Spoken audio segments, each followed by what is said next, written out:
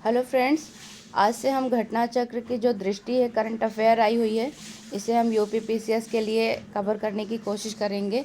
लेकिन आप लोग इसकी हार्ड कॉपी ज़रूर ले लीजिए, क्योंकि इसे आप जितनी अच्छी तरह से रिवीजन कर सकते हैं उतना कीजिए, क्योंकि इससे बाहर प्रश्न अगर जाएगा तो फिर किसी से सही नहीं होगा। तो कोशिश करिए कि जितना इसमें है कम से कम वो आप कवर करो।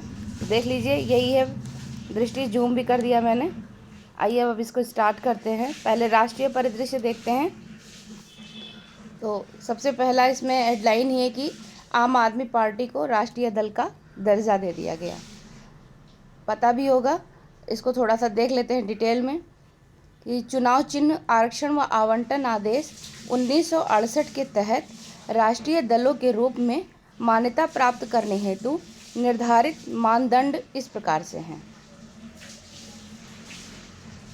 पहला है, लोकसभा या विधानसभा के किसी आम चुनाव में उस राजनीतिक दल को न्यूनतम इन्हीं 4 राज्यों में से प्रत्येक राज्य में कुल वैध मतों के न्यूनतम 6% मत प्राप्त हुए हों और उसने लोकसभा में न्यूनतम 4 सीटें जीती हों। दूसरी अर्ता है कि लोकसभा के पिछले आम चुनाव में उस दल ने कुल सीटों की न्यूनतम 2% सीटों पर विजय प्राप्त की हो और उस सदन में न्यूनतम 3 राज्यों से दल के प्रत्याशी निर्वाचित हुए हों। और तीसरी अर्ता है कि उस राजनीतिक दल को 4 या अधिक राज्यों में राज्य स्तरीय दल के रूप में मान्यता प्राप्त हुआ हो।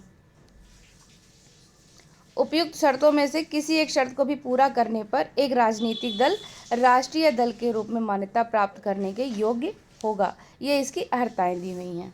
अब इसके कुछ स्मरणीय तथ्य हैं, देख लेते हैं।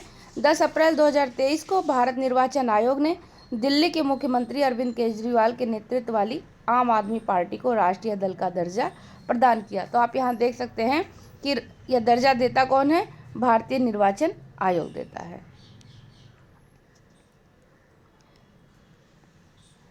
जबकि अखिल भारतीय तृणमूल कांग्रेस, भारतीय कम्युनिस्ट पार्टी तथा राष्ट्रवादी कांग्रेस पार्टी से राष्ट्रीय दल का दर्जा वापस ले लिया गया है। देखिए, आम आदमी पार्टी को पूछे या ना पूछे, लेकिन अखिल भारतीय तृणमूल कांग्रेस और भारतीय कम्युनिस्ट पार्टी तथा राष्ट्रवादी कांग्रेस पार्टी, इनको जरूर पूछ सकता है। इसलिए से इनका गठन कब हुआ है और किसके नेतृत्व में हुआ, एक बार इसे जरूर देख के जाइएगा, इसके आने की संभावना ज़्यादा है। इस प्रकार वर्तमान में देश में जो राष्ट्रीय दलों की कुल संख्या है वो कितनी हो गई है? 6 हो गई है। हाल ही में संपन्न जो गुजरात विधानसभा चुनाव 2022 था, उसमें आम आदमी के प्रदर्शन की समीक्षा से स्पष्ट हो गया कि पार्टी के प्रत्याशियों ने उक्त चुनाव में कुल वैध मतों का 12.92% मत प्राप्त किया था।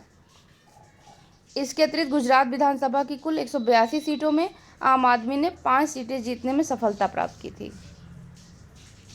इस प्रकार आम आदमी पार्टी ने गुजरात में राज्य स्तरीय दल के रूप में मान्यता प्राप्त करने हेतु जो ऊपर हम लोगों ने जो मानदंड पढ़े थे उसको इसने पूरा किया है। उल्लेखनीय है कि आम आदमी पार्टी को पंजाब, गोवा और राष्ट्रीय राजधानी दिल्ली में पहले ही राज्य स्तरीय दल का मान्यता मिल चुकी है। तो अब उसे कुल 4 राज्यों में राज्य स्तरीय दल का दर्जा प्राप्त है। ज्ञातव्य है कि चुनाव चिन्ह आरक्षण व आवंटन आदेश 1968 के तहत राज्य के अंतर्गत राष्ट्रीय राजधानी क्षेत्र को शामिल किया जाता है। और इनका चुनाव चिन्ह क्या है? सबको पता है, झाड़ू। देख लेते हैं जो वर्तमान में 6 राष्ट्रीय दल हैं उनके नाम कौन कौन से हैं। तो भारतीय राष्ट्रीय कांग्रेस, भारतीय जनता पार्टी, बहुजन समाज पार्टी, भारतीय कम्युनिस्ट पार्टी मार्क्सवादी, नेशनल पीपुल्स पार्टी और आम आदमी पार्टी। ये जितनी भी 6 पार्टियां हैं, इनके गठन कब हुए हैं ये ज़रूर देख लीजिए। खास करके आम आदमी पार्टी का देख के जाइएगा। नेक्स्ट है वाइब्रेंट विलेज प्रोग्राम।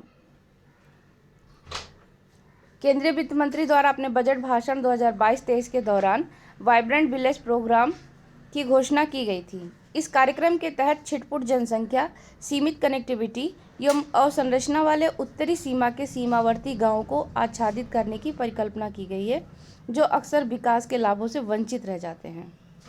इसमें स्मरणीय तथ्य देखते हैं। 10 अप्रैल 2023 को गृह मंत्री अमित शाह ने वाइब्रेंट विलेज कार्यक्रम लॉन्च किया है।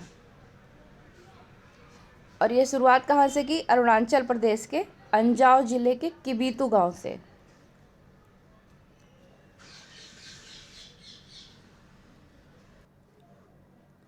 उल्लेखनीय है कि 15 फरवरी 2023 को प्रधानमंत्री मोदी की अध्यक्षता में केंद्रीय मंत्रिमंडल ने वाइब्रेंट विलेज प्रोग्राम को मंजूरी प्रदान की थी। यहाँ एक की पॉइंट देख लीजिए, यह एक केंद्र प्रायोजित योजना है जिसकी मंजूरी वित्त वर्ष 2022-23 से 2025-26 के लिए प्रदान की गई है। कभी कभी स्टेटमेंट के रूप में भी दे देता है, इसलिए से इसे ज़रूर देख लें। इस अवधि के लिए इसका वित्तीय आवंटन कितना हुआ है? 4800 करोड़ रुपए। हालांकि ये शायद ना पूछे। इस योजना के तहत उन राज्यों का नाम जान लेते हैं, जैसे हिमाचल प्रदेश, अरुणाचल प्रदेश, सिक्किम, उत्तराखंड तथा संघ शासित क्षेत्र जो है प्रदेश लद्दाख के उत्तरी सीमा से सटे 19 जिलों के 46 ब्लॉक में करीब 2967 गाँवों को समग्र विकास के लिए शामिल किया गया है।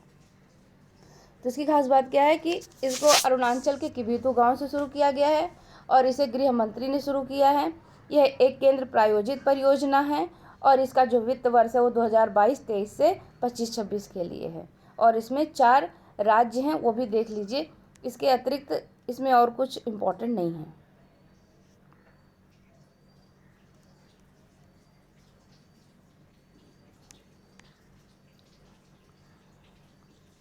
मेघालय, नागालैंड और त्रिपुरा विधानसभा निर्वाचन 2023 इन 3 राज्यों में जो चुनाव हुए हैं वहाँ पर ये देख लीजिएगा कि किसकी सरकार आई है और दूसरी चीज़ कौन वहाँ पर मुख्यमंत्री बना है और विधानसभा सीट कितनी है। इसके अतिरिक्त इसमें और कुछ नहीं है। आइए देख ही लेते हैं। 2 मार्च 2023 को भारत निर्वाचन आयोग द्वारा 3 राज्यों के विधानसभा चुनाव का परिणाम जारी किया गया है। ये 3 राज्य कौन से हैं? मेघालय, नागालैंड और त्रिपुरा। 10वीं मेघालय विधानसभा के कार्यकाल की समाप्ति पे 15 मार्च 2023 की तिथि निर्धारित थी, जिसके कारण राज्य में 27 फरवरी 2023 को एक चरण में चुनाव संपन्न हुए हैं, एक चरण में। और राज्य में विधानसभा निर्वाचन क्षेत्रों की कुल संख्या 60 है। हालांकि मेघालय में केवल 59 निर्वाचन क्षेत्रों हेतु ही चुनाव संपन्न हुए, जबकि सोहियोंग निर्वाचन क्षेत्र का चुनाव स्थगित कर दिया गया। एक बार इसे देख लीजिएगा, सोहियोंग निर्वाचन क्षेत्र है, वहाँ का चुनाव स्थगित कर दिया गया है और कुल 59 निर्वाचन क्षेत्रों में ही चुनाव हुए हैं। ऐसा इसलिए हुआ है कि मेघालय के जो पूर्व गृह मंत्री और यूडीपी के प्रत्याशी हैं एसडीआर लिंगदोह के निधन के कारण यह निर्णय लिया गया।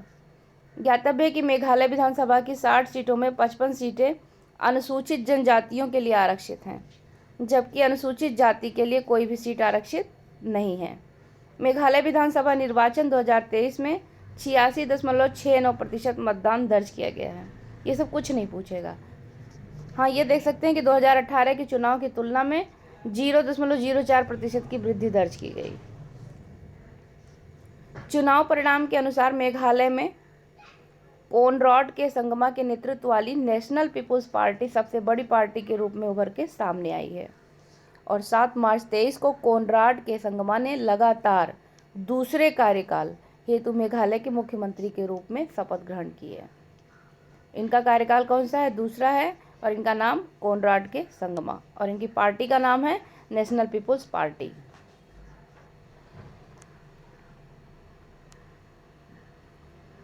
और 9 मार्च 23 को एनपीपी के थॉमस ए संगमा को 11वीं मेघालय विधानसभा का अध्यक्ष चुना गया था। 11वीं मेघालय विधानसभा का अध्यक्ष कौन है? थॉमस ए संगमा। ये मतों के जो प्रतिशत हैं ये पूछेगा नहीं, इसलिए से इसको छोड़ देते हैं। नागालैंड को देख लीजिए। नागालैंड की 13वीं विधानसभा का है कार्यकाल समाप्त हुआ है। यहाँ भी जो चुनाव के हैं एक ही चरण में संपन्न हुए। राज्य में विधानसभा निर्वाचन क्षेत्रों की संख्या यहाँ भी 60 है, जिसमें से 59 सीटें अनुसूचित जनजातियों के लिए आरक्षित हैं। हालांकि नागालैंड में केवल 59 निर्वाचन हेतु चुनाव संपन्न हुए, जबकि अकुलुटो निर्वाचन क्षेत्र से भारतीय जनता पार्टी के प्रत्याशी जो हैं वो कोझेतो निर्विरोध विजयी घोषित किए गए हैं। वर्ष 2023 के चुनाव में राज्य में भारतीय जनता पार्टी एवं उसकी प्रभावशाली जो क्षेत्रीय सहयोगी है नेशनल डेमोक्रेटिक प्रोग्रेसिव पार्टी का भी प्रभुत्व रहा। तो आप यहाँ से देख सकते हैं कि जो नेशनल डेमोक्रेटिक प्रोग्रेसिव पार्टी है ये किसके सहयोग से थी? भारतीय जनता पार्टी के। और भारतीय जनता पार्टी को कुल 12 सीटें, जबकि एनडीपीपी को कितनी 25 सीटें प्राप्त हुई हैं। वर्ष 2023 के चुनाव में नागालैंड के इतिहास में ऐसा पहली बार हुआ है कि कोई महिला विधायक के रूप में निर्वाचित हुई है। ये मोस्ट इम्पॉर्टेंट है। यह उपलब्धि किसको मिली है? हेकानी जखालू को। हेकानी जखालू, ये इम्पॉर्टेंट है, इसे देख लीजिएगा। हेकानी जखालू ये दीमापुर के निर्वाचन क्षेत्र से विजयी घोषित की गई हैं। एनडीपी की एक अन्य महिला प्रत्याशी हैं सलहौतु तुओनुउ क्रुस। ये भी पश्चिमी आगामी निर्वाचन क्षेत्र से विधायक निर्वाचित हुई हैं। तो ये उतने इम्पोर्टेंट नहीं है, लेकिन जो दीमापुर क्षेत्र से है हेकानी जखालू, ये ज़रूर इम्पोर्टेंट है। इसके साथ ही 7 मार्च 2023 को एनडीपी के जो नेता हैं नेफ्यू रियो, ये 5वें कार्यकाल हेतु नागालैंड के मुख्यमंत्री के रूप में शपथ ग्रहण किए हैं। कौन? नेफ्यू रियो। और टीआर जेलियांग तथा यांथुंगो पैटर्न ने उप मुख्यमंत्री के पद पर शपथ लिया है। और अध्यक्ष किसे चुना गया? सेरिंगेन लोंगकुमेर को। ये 14वीं नागालैंड विधानसभा के अध्यक्ष चुने गए हैं। कभी कभी राज्य और विधानसभा अध्यक्ष दे देता है, जैसे 2022 में दिया था कि इनका मिलान कीजिए, तो इसलिए इसे कम से कम विधानसभा अध्यक्ष देख के जरूर जाएं। त्रिपुरा की 12वीं त्रिपुरा विधानसभा के कार्यकाल की समाप्ति कब हुई? 22 मार्च 2023 निर्धारित थी।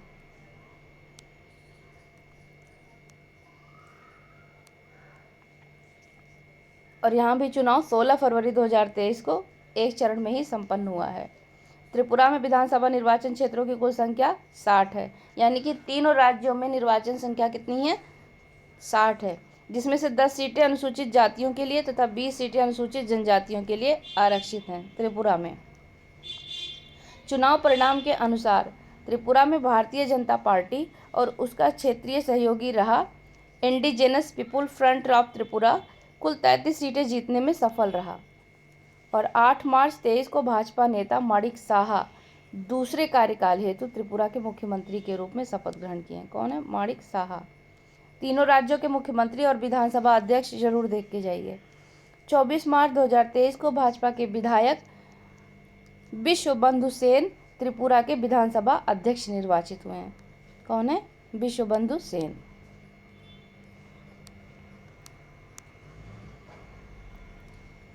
अगला पॉइंट है India justice report. India justice report अपनी तरह की पहली राष्ट्रीय आवधिक रिपोर्टिंग है जो प्रत्येक राज्य में न्याय प्रणाली के 4 स्तंभों जैसे पुलिस, जेल, न्यायपालिका और कानूनी सहायता की क्षमता को मापने के लिए सूचना एकत्र करती है। तो इसमें कितने स्तंभ हैं? 4 हैं। पुलिस है, जेल है, न्यायपालिका है और कानूनी सहायता है।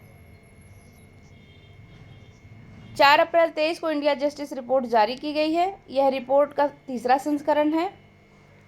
इसे Daksh Commonwealth human rights initiative, common cause centre for social justice, Vidhi centre for legal policy और TISS प्रयास के द्वारा संयुक्त रूप से तैयार किया गया है। इस रिपोर्ट का जो प्रथम संस्करण है वह 2019 में प्रकाशित किया गया था। इस रिपोर्ट के अंतर्गत भारतीय राज्यों को न्याय तक पहुंच की उनकी क्षमता के अनुसार रैंक प्रदान की जाती है और इस रिपोर्ट में राज्यों को 2 श्रेणियों में विभक्त किया जाता है। पहली श्रेणी बड़े एवं मध्यम आकार के राज्य और दूसरी श्रेणी छोटे राज्य। हैं और इन राज्यों को 102 संकेतकों के आधार पर श्रेष्ठ, मध्यम और खराब की श्रेणी में विभाजित किया जाता है। तो देख लेते हैं, IJR 2022 में बड़े राज्यों की रैंकिंग में कर्नाटक भारत का सर्वश्रेष्ठ राज्य है, जबकि 3.78 अंक के साथ बड़े राज्यों में उत्तर प्रदेश अंतिम पायदान पर। तो पहले स्थान पर कर्नाटका है और अंतिम स्थान पर उत्तर प्रदेश है। छोटे राज्यों में सिक्किम 5.01 अंक के साथ श्रेष्ठ राज्य है, जबकि गोवा 3.42 अंक के साथ अंतिम स्थान पर यानी कि 7वें स्थान पर है। न्याय के 4 स्तंभों के आधार पर बड़े एवं मध्यम आकार के शीर्ष और अंतिम 3 राज्यों की रैंकिंग देख लेते हैं। पहला है कर्नाटका, तमिलनाडु और तेलंगाना, तीनों ही साउथ के हैं। और अंतिम 3 राज्य कौन सा देख लेते हैं, तो बिहार है, पश्चिम बंगाल है और उत्तर प्रदेश है। सबसे अंत में उत्तर प्रदेश।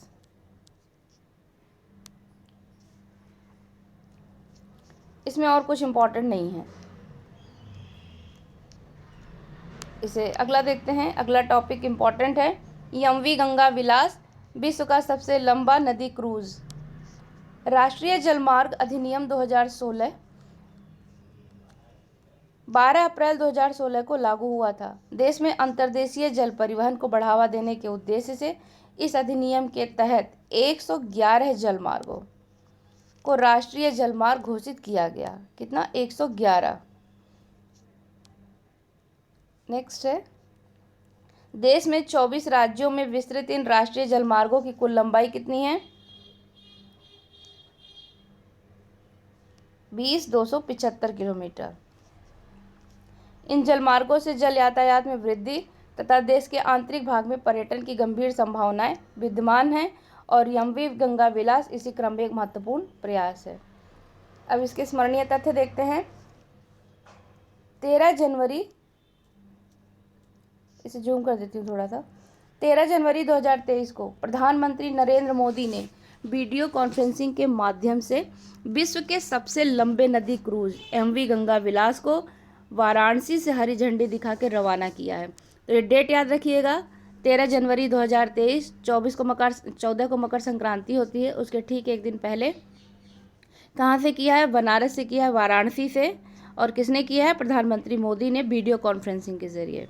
और यह यात्रा 28 फरवरी 2023 को असम के डिब्रूगढ़ जिले के बोगीबील में जाकर के पूर्ण हुई है। शुरू कब हुई? 13 जनवरी और पूरी कब हुई है? 28 फरवरी। यह लगभग 3200 किलोमीटर की यात्रा रही। 3200 किलोमीटर को अंडरलाइन करते हैं क्योंकि स्टेटमेंट में पूछ सकता है, जिसमें भारत के साथ साथ बांग्लादेश के भी कुछ क्षेत्रों की यात्रा शामिल रही है। ध्यातव्य है कि यमवी गंगा विलास क्रूज यात्रा राष्ट्रीय जलमार्ग संख्या हल्दिया से प्रयागराज यानी कि 1 से तथा राष्ट्रीय जलमार्ग संख्या 2 धुबरी से सदिया होकर गुजरी है। राष्ट्रमार्ग 1 गंगा भागीरथी हुगली नदी प्रणाली से निर्मित है, जबकि राष्ट्रीय जलमार्ग 2 ब्रह्मपुत्र नदी प्रणाली से बना हुआ है। साथ ही यह क्रूज कोलकाता से धुबरी तक इंडो बांग्ला प्रोटोकॉल मार्ग से भी गुजरी है। इसमें खास बात यह है कि यह कुल 27 नदियों की प्रणाली से होकर गुजरी और इस यात्रा में विश्व धरोहर स्थलों, राष्ट्रीय उद्यानों, नदी घाटों और बिहार में पटना, झारखंड में साहिबगंज, पश्चिम बंगाल में कोलकाता, बांग्लादेश में ढाका और असम में गुवाहाटी सहित 50 पर्यटन स्थलों का भ्रमण शामिल था, जिसमें भारत और बांग्लादेश की कला, संस्कृति, इतिहास और आध्यात्मिकता को भी समझने का अवसर मिला है। यमवी गंगा विलास में सभी विलासिता वाली सुविधाओं के साथ 3 डेक तथा 36 पर्यटकों की क्षमता वाले 18 स्वीट भी शामिल है। ये सब इसमें कुछ नहीं पूछेगा, बस ये पूछेगा कि इसकी लंबाई कितने किलोमीटर तक थी, तो वही 3200 किलोमीटर है, या कौन कौन से राष्ट्रीय जलमार्ग हैं ये देख सकते हैं। साथ ही इसमें इसके अंतर्गत 2 राष्ट्रीय उद्यान भी हैं। वो कौन कौन से हैं? एक तो सुंदरबन है और दूसरा काजीरंगा है। तो ये दोनों पॉइंट्स इंपॉर्टेंट हैं, इन्हें ज़रूर देख के जाइए। बाकी ये नहीं पूछेगा कि पर्यटक कितने थे या इसमें लागत कितनी थी, इसकी लंबाई कितनी थी, शायद ही पूछे। एक पॉइंट और है इसमें कि पहली यात्रा में स्विट्जरलैंड के कुल 32 पर्यटक शामिल थे। तो ये पूछ सकता है कि किस देश के पर्यटक थे, तो हाँ, स्विट्जरलैंड के थे। गंगा विलास क्रूज जो सेवा निजी संचालक है वो मेसर्स अंतारा रिवर क्रूज द्वारा संचालित है। एक पॉइंट ये भी अच्छा है कि इसका जो संचालक वो है मेसर्स अंतारा रिवर क्रूज। इसे जूम कर देती हूँ, आप देख लें, मेसर्स अंतारा रिवर क्रूज। जानकारी के लिए इसे बता देते हैं कि जो MV गंगा विलास में पोत की लंबाई है वो 62.5 मीटर और चौड़ाई 12.8 मीटर है।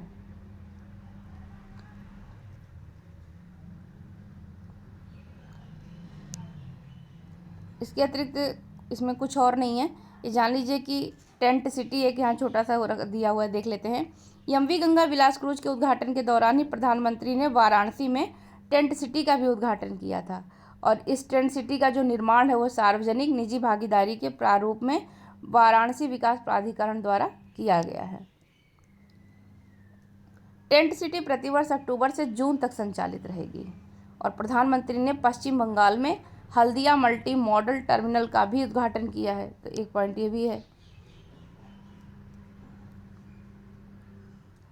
जलमार्ग विकास परियोजना के तहत विकसित हल्दिया मल्टी मॉडल टर्मिनल की कार्गो हैंडलिंग क्षमता लगभग 3 मिलियन मीट्रिक टन है। अगला पॉइंट है इसका कि केरल उच्च न्यायालय क्षेत्रीय भाषा में निर्णय देने वाला पहला उच्च न्यायालय। क्षेत्रीय भाषा में निर्णय देने वाला पहला उच्च न्यायालय कौन हुआ है? केरला।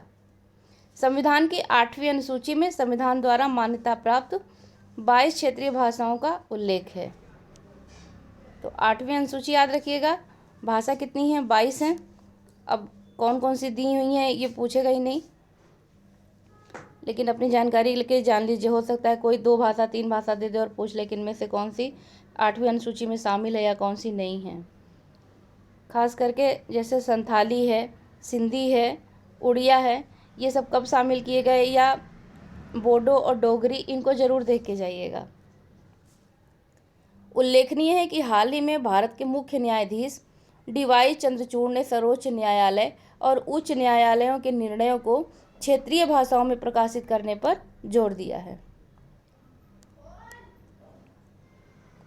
DY चंद्रचूड़ ने इसके लिए आर्टिफिशियल इंटेलिजेंस और प्राकृतिक भाषा प्रसंस्करण द्वारा संचालित प्रौद्योगिकी के उपयोग का भी सुझाव दिया है। उच्चतम न्यायालय के निर्णयों का क्षेत्रीय भाषा में अनुवाद करने के लिए न्यायमूर्ति अभय ओका की अध्यक्षता में एक समिति गठित की गई है। ये बहुत इम्पॉर्टेंट है। अभय ओका, क्षेत्रीय भाषा में अनुवाद करने के लिए जो समिति का गठन हुआ है उसके अध्यक्ष हैं अभय ओका। इसको अंडरलाइन कीजिए, इसके पूछने की संभावना अधिक है। स्मरणीय तथ्य देख लेते हैं। फरवरी 2023 में केरल उच्च न्यायालय क्षेत्रीय भाषा मलयालम में निर्णय प्रकाशित करने वाला भारत का पहला उच्च न्यायालय बना है। भाषा वहाँ की कौन सी है? मलयालम। उल्लेखनीय है कि केरल उच्च न्यायालय ने क्षेत्रीय भाषा मलयालम में 2 निर्णय प्रकाशित किए हैं। केरल उच्च न्यायालय के मुख्य न्यायाधीश S मणिकुमार और न्यायमूर्ति साजी पिचाली की खंडपीठ द्वारा दोनों निर्णय दिया गया है। तो ये निर्णय नहीं पूछेगा कि कौन सा है, भाषा पूछ सकता है और कौन सा राज्य है ये पूछ सकता है, तो इसलिए इसे निर्णय जानने की आवश्यकता नहीं है।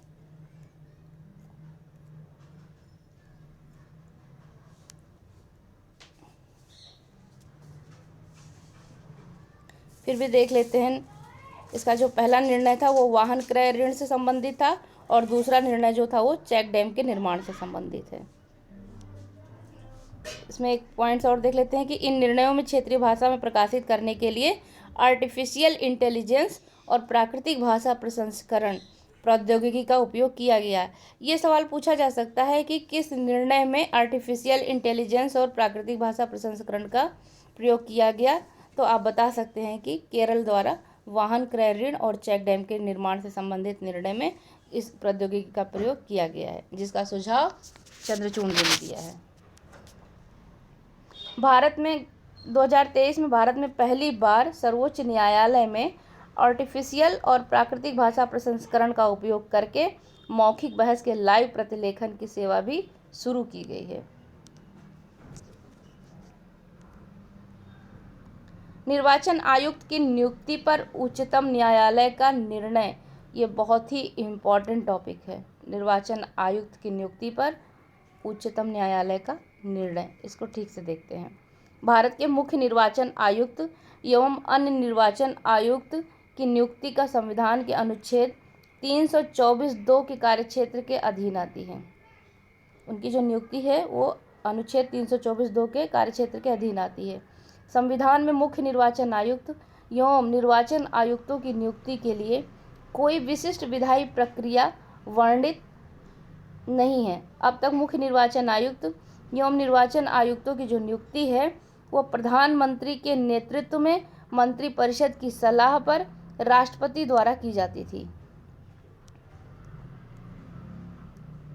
प्रधानमंत्री के नेतृत्व में मंत्रिपरिषद की सलाह पर कौन करता था? राष्ट्रपति करता था।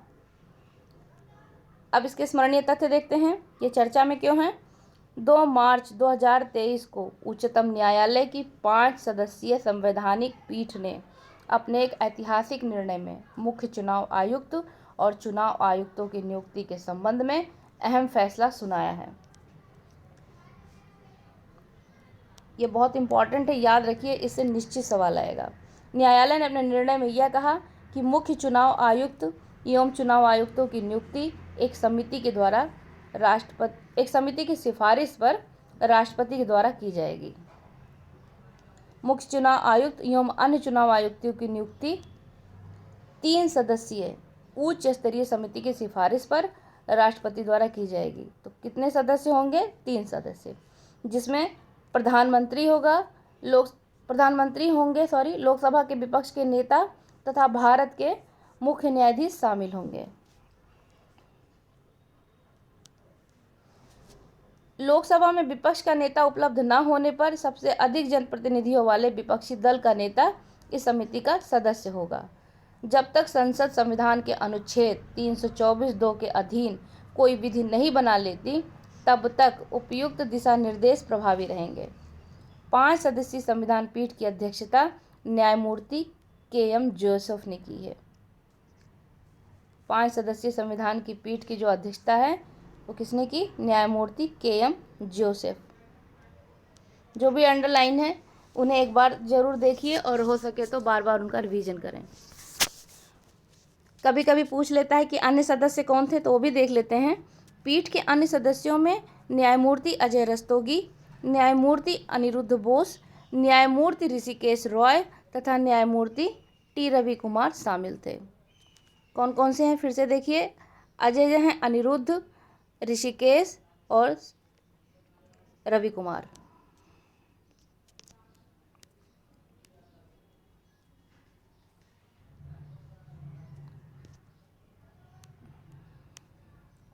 Annual state of education report 2022, इसका शॉर्ट नेम असर भी है, इसको देख लेते हैं।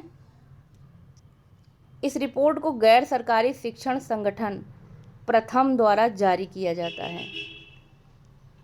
प्रथम, और ये किस तरह से है? गैर सरकारी शिक्षण है।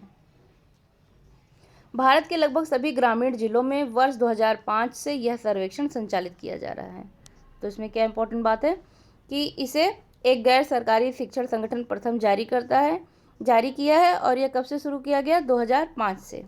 इसके माध्यम से यह जांच की जाती है कि ग्रामीण भारत के कितने बच्चे स्कूल जा रहे हैं और कितने बच्चे आसान पाठ पढ़ पाने और बुनियादी गणित करने में सक्षम हैं। इसमें स्वर्ण तथ्य देख लेते हैं। 18 जनवरी 2023 को annual states of education report असर ग्रामीण 2022 जारी की गई है।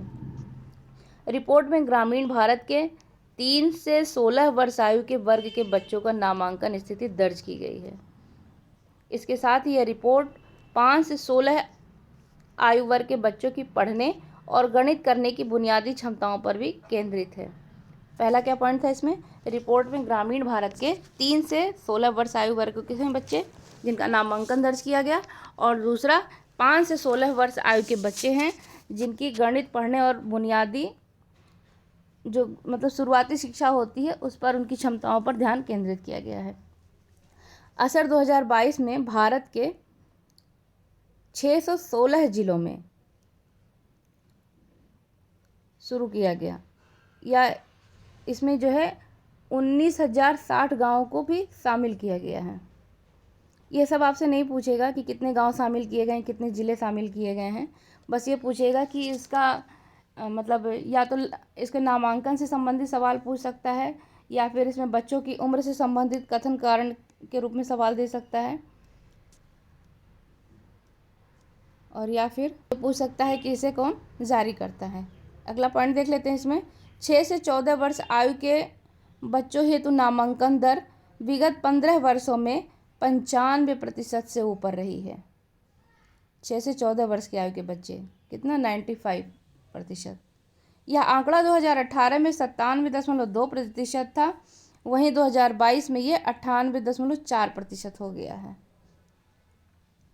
2022 में 11 से 14 वर्ष आयु वर्ग के स्कूल में अनामांकित लड़कियों का जो आंकड़ा है गिरकर 2% हो गया। गौरतलब है कि यह आंकड़ा उत्तर प्रदेश में 4% है।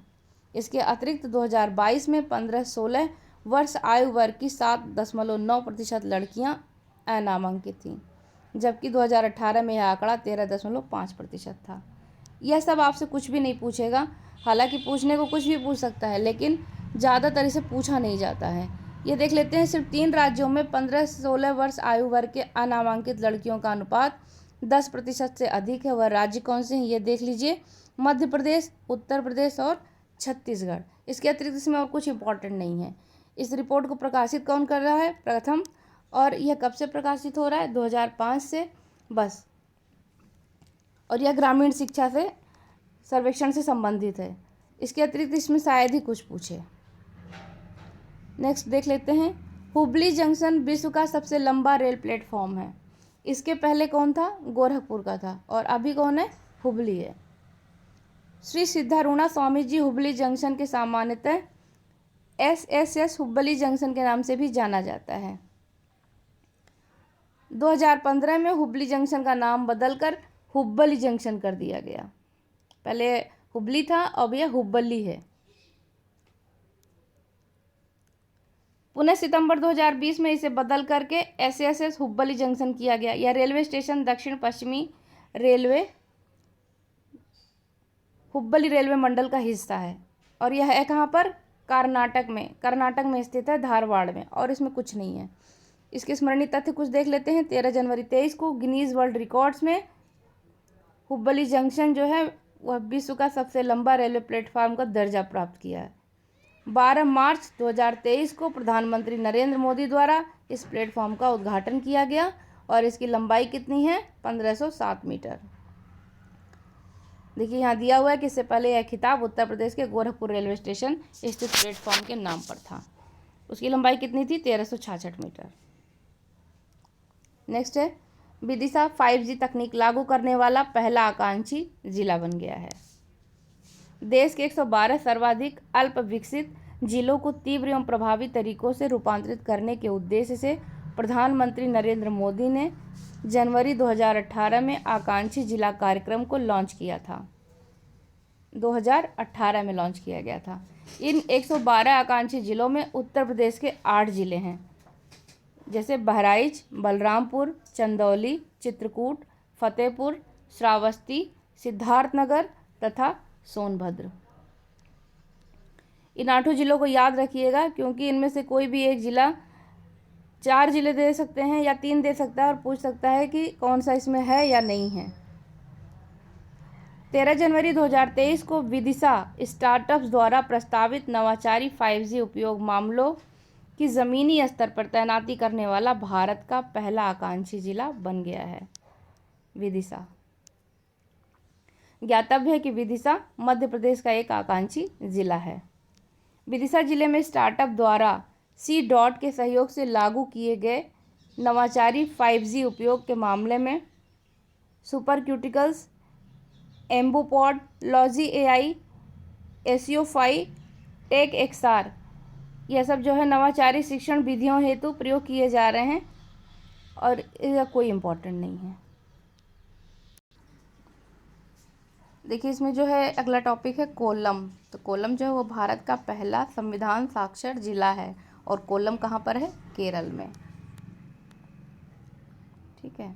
भारत के संविधान के लागू होने के 70 वर्ष से अधिक समय बाद भी अधिकतर नागरिक इसके मूल्यों और दस्तावेजों में समाहित जो संकल्पनाएं हैं उससे परिचित नहीं हैं, और परिचित हों इसके लिए केरल ने जो पहल शुरुआत की है वो बहुत अच्छा है।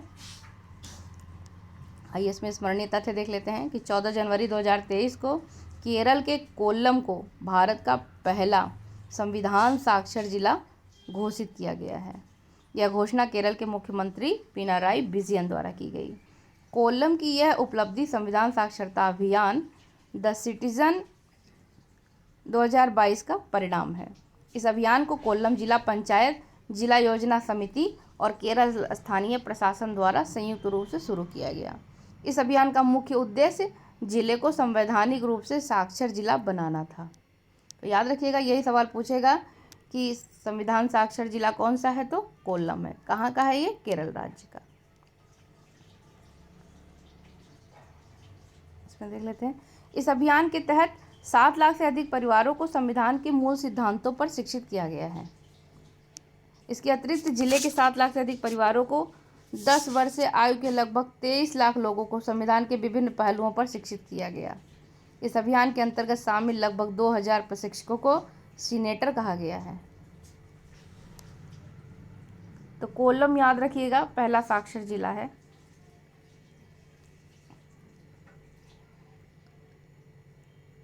शेष भाग हम इसके दूसरे वीडियो में देखेंगे, नहीं तो वीडियो बहुत लंबी हो जाएगी।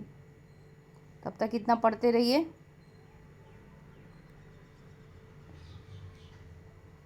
और हो सके तो बार बार रिवीजन करिए, और किताब को आप हाथ में लेके ज़रूर पढ़ें, खुद निशान लगाएं, और जब खुद निशान लगाएंगे तो वो सवाल आपको एग्ज़ाम तक याद रहेंगे। दोस्तों के साथ डिस्कस करें, करंट पूछने से ही आता है, एक दूसरे के साथ पढ़ने से आता है। पढ़ते रहिए। आपका दिन शुभ हो। धन्यवाद।